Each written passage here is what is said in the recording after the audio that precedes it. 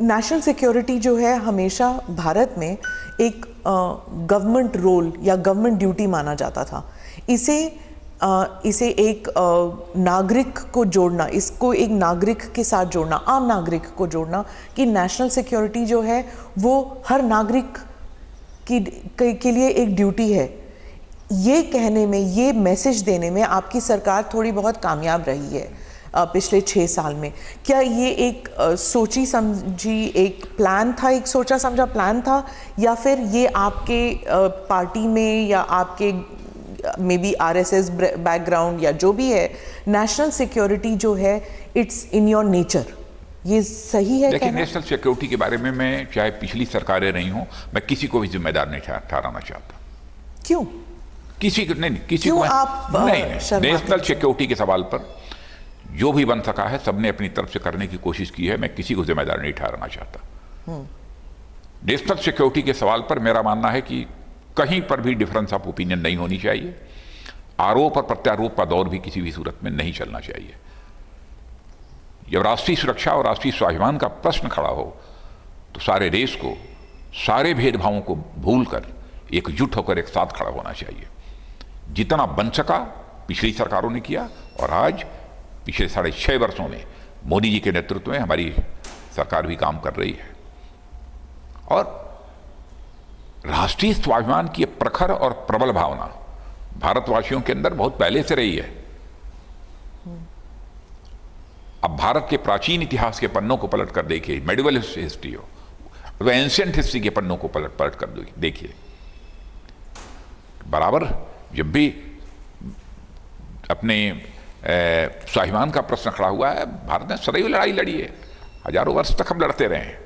जहां आप कहते हैं कि देयर शुड बी यूनानिमिटी, हाँ, सभी पॉलिटिकल पार्टीज, लेकिन राहुल गांधी कांग्रेस पार्टी के 2019 में चाइना ने देखा कि बीजेपी जो है या भारत अंदरूनी मसलों को लेकर इतने उलझन में पड़ गई थी, चाहे सीए हो, आर्टिकल 370 हो, ट्रिपल तलाक का हो। India was in a state of bubble, और उसमें चाइना ने एक विंडो देखा और हमला कर दिया।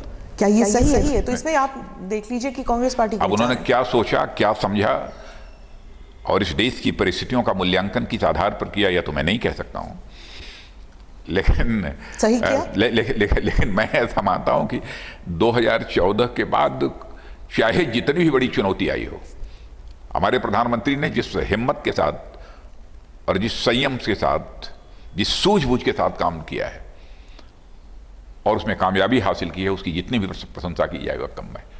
भारत कभी परेशान नहीं रहा इधर 2014 से लेकर आज तक 2020 समाप्त हो रहा है।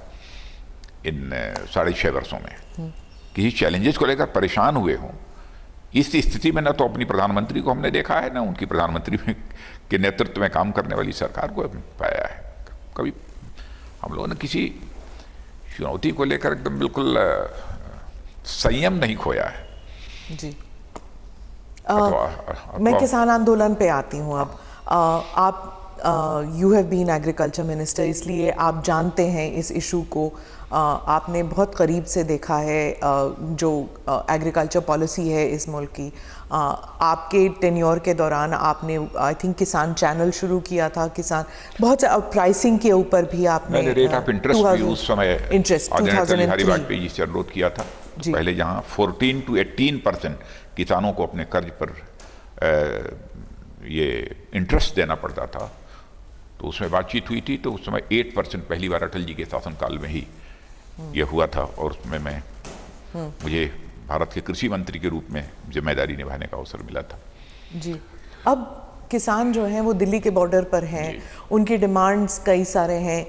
पहली डिमांड तो ये है कि आप ये कानून हटा दें, उन्हें काले कानून कहते हैं, वो हटा दें। इतने सारे हज़ारों किसान वहाँ पर हैं।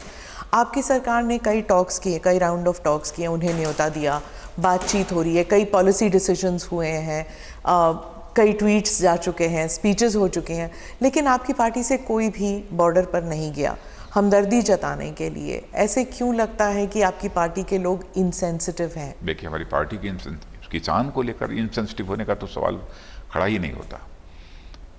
हमारे किसान धरना दे रहे हैं, प्रदर्शन दे रहे हैं, सचमुच केवल किसान होने के नाते मुझे ही पीड़ा नहीं है।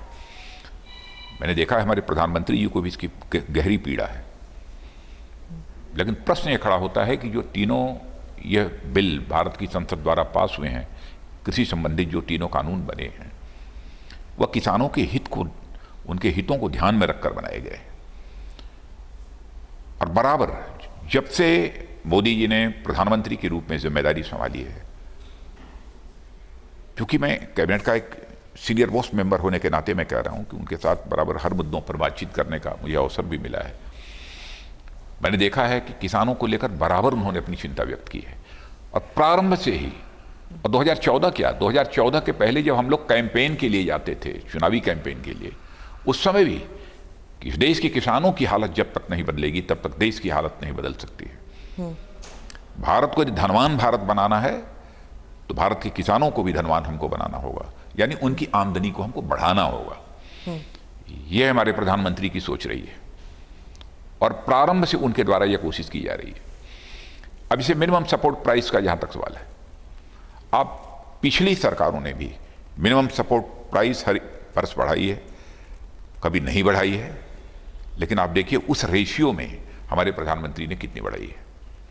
मिनिमम सपोर्ट प्राइस पर जितनी परचेज पहले होती थी और अब कितनी हो रही है, कितने सारे आइटम्स की हो रही है, आंकड़े उठाकर देखिए तो पूरी तरह से बात साफ हो जाएगी। पर एमएसपी को लेकर आप स्टेटमेंट, आप उसमें पॉलिसी में लाते क्यों नहीं है?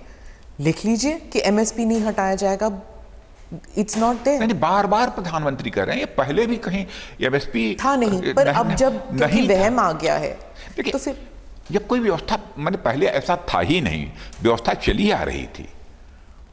और आज भी प्रधानमंत्री कह रहे हैं, हम सब सारे लोग बोल रहे हैं, तो हम अपने ऐसे वचन से मुकर कैसे जाएंगे? लोकतंत्र में जो अपनी वचन से मुकर जाता है उसे तो अच्छी तरह की अच्छी सजा यह जनता दे सकती है। लोकतांत्रिक व्यवस्था में यह अधिकार उसे प्राप्त है। जो हम कह रहे हैं उस वचन को पूरा करेंगे और आगे बढ़कर पूरा करेंगे।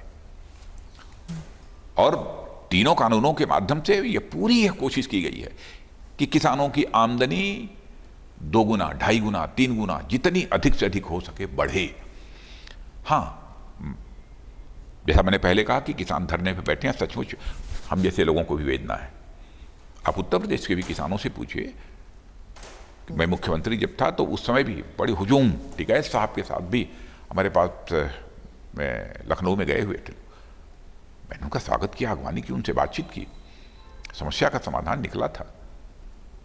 आज भी हम चाहते हैं कि समस्या का समाधान निकले। और हमारे कृषि मंत्री से नरेंद्र सिंह तोमर और उनके साथ हमारे वाणिज्य मंत्री श्री पीयूष गोयल, ये सब सारे लोग बैठे हैं, सारे अधिकारी बैठे हैं, बातचीत चल रही है।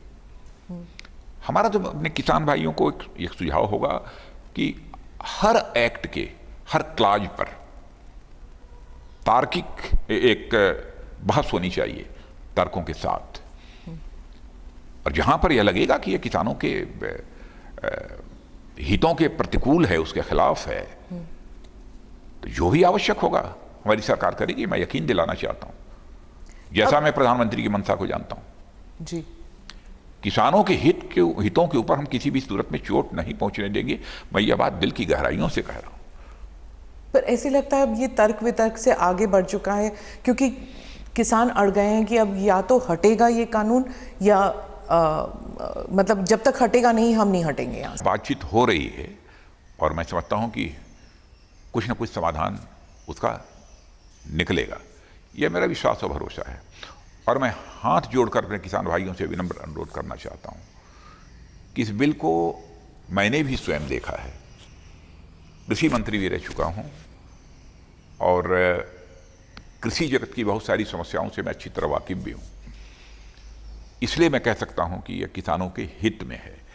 एक बार कम से कम 2 साल तक एक प्रयोग करके आप देखें तो कि यह तीनों जो कानून कृषि संबंधित हैं वह किसानों के लिए कितने उपयोगी हैं, देखें तो उसके बाद आपके साथ बैठने को हम लोग तैयार हैं। आप बैठिए, आप जहां जहां कहेंगे आवश्यक संशोधन करने के लिए हमारी सरकार तैयार है।